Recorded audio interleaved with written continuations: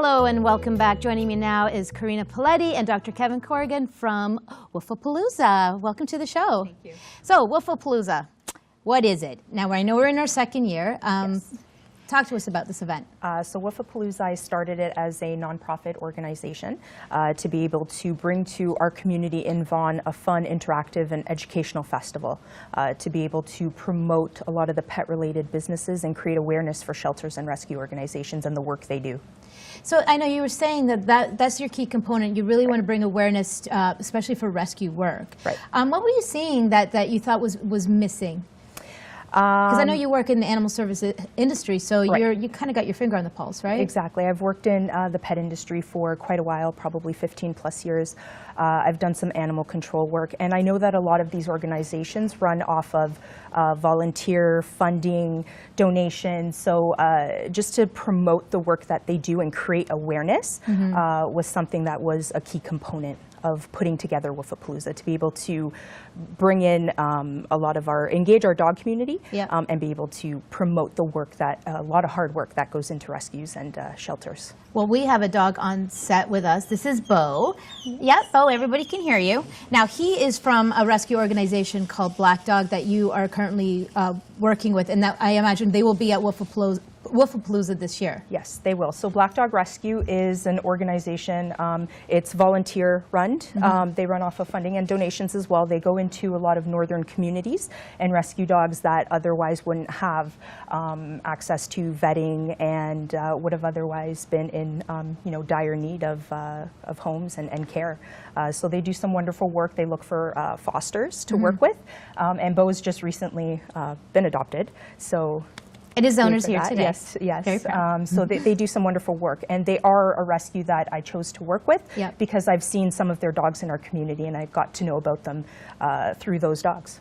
Well, and when you're working with rescue organizations too, I find that most of the rescue organizations I myself work with, great people, but there are also people out there who, they kind of operating under the umbrella using rescue organization as their name, and they're not really doing the work that they say that they are. So it's great that for somebody like such as yourself that is partnering with these organizations that you can really sort of lend credence to the knowing who is a good organization and who really deserves the public support and awareness. Exactly. Now this is Woof-A-Palooza's second year. Yes.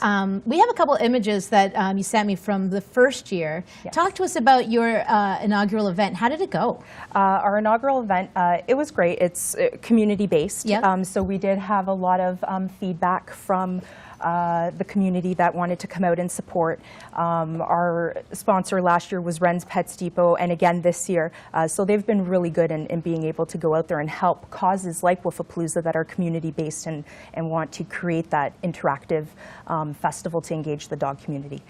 So it was wonderful. We had the good turnout? Yeah, it rained, so we had a bit less of an attendance than we thought we would have had. If it hadn't have rained, we would have had a great attendance. The mayor of Vaughan, Mauricio Bevilacqua, he came out to present us with an inaugural certificate. So it's nice to show or to see that there's that support there, and to see that there is a need for it, and to build this every year. That's the goal. Well, we know that the pet industry is a huge industry. There's so many people who love dog lovers, obviously particular for Woof-A-Palooza, that this event is going to grow. Yes. Now this year, it takes place on Sunday, June 11th. Yes. And it's going to be at the Woodbridge Fairgrounds. There's no fee to go to this, is there? It's a free event. Okay. We are asking for a $10 parking donation just to help with the festival's programming and to be able to support a lot of the great causes that we want to be able to give some funding towards as well. Now you guys are going to have a lot of great events there, and one of them it's going to be Ask a Vet booth. Yes. And Dr. Corrigan is going to be there providing some vet advice. So what is one of the most common questions, would you say, for people when they find out that you're a veterinarian and they have a dog and they're like, tell me, I need this advice? It would be dog's ears. They're dog's ears? Dog's ears. Yep. See, the dogs with floppy ears like this and fur, they're difficult to keep up with. And people constantly ask me, how can I take care of my dog? How do you clean a dog's ears? Well, you have to get some cotton, ear cleaner, and the big thing that people are afraid to do is you have to get down deep into the ear and scoop the dirt out. And so, yeah, because we're always taught you know, you never put anything smaller than your elbow in your ear, right? So I guess for people who have dogs, especially floppy ear dogs, need that care, that they're afraid they're going to hurt their dog. Well, a lot of right? people clean their dog's ears wrong because the instructions on a lot of dog ear cleaner bottles will say basically aim, nozzle, and squeeze, and they'll squish it all around, and then they leave it there. But you have to be able to get Don't in do there. that, right, bud? You have to get in there with cotton and take out the liquid. Otherwise, our dogs have more problems. They can even develop a swimmer's ear. Oh, yeah, I've had that. Yeah. Now, I also understand that you're going to be providing a microchipping clinic. Is that correct? Tell us about that. So we are offering a low-cost microchip clinic that goes well with trying to find your pets. And that's important. Yeah, We've so- had pets here that we think that they may have been lost pets. That's how they ended up in shelter. So microchipping is key. I have a technician that worked for me a few years ago. She lost her pet in June, and she found it in November. It was all the way out in Mississauga. She lives in Scarborough. Did you remember the cat that was in California and ended up in, was it Brampton? Yeah. That just happened recently. Yes. So So they cats get out the door. Even if they're indoor cats, you have guests come, you have repair people come. They get into delivery trucks, and next thing you know, they're transported to another part of the city or another part of the country. This particular cat hung out in an industrial area all summer long, where people sat outside at their picnic tables and had their lunch and everything. And as it was getting colder, the people started worrying about their cat. That, you know, who's it belong to? Where should it go? So they called the shelter. The shelter picked it up, scanned it. and they're microchipping. Right. So Yep.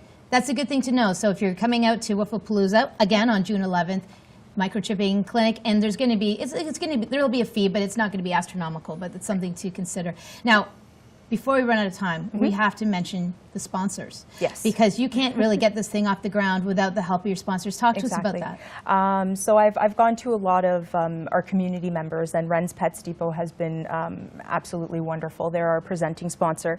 And we also have Scotiabank that's come on board as a supporting sponsor.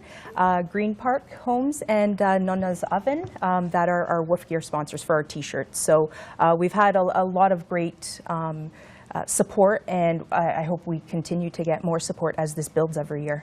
Well, I have to mention, too, we have a big, shiny Yes. gift basket on set, and this is thanks to Crumbs. Yes. And just for everybody out there, so this is a giveaway, and actually what's better than one basket giveaway is we have two. And now the way that you can win this basket is you please, to our social media at Rogers TV, either on Instagram or Twitter, just post a photo of your dog, or with yourself, or dog in a costume, something cute and funny, and use hashtag Woofapalooza, and we will pick two winners, and we'll announce that on next week's show. We'll make sure that we can contact you through social media.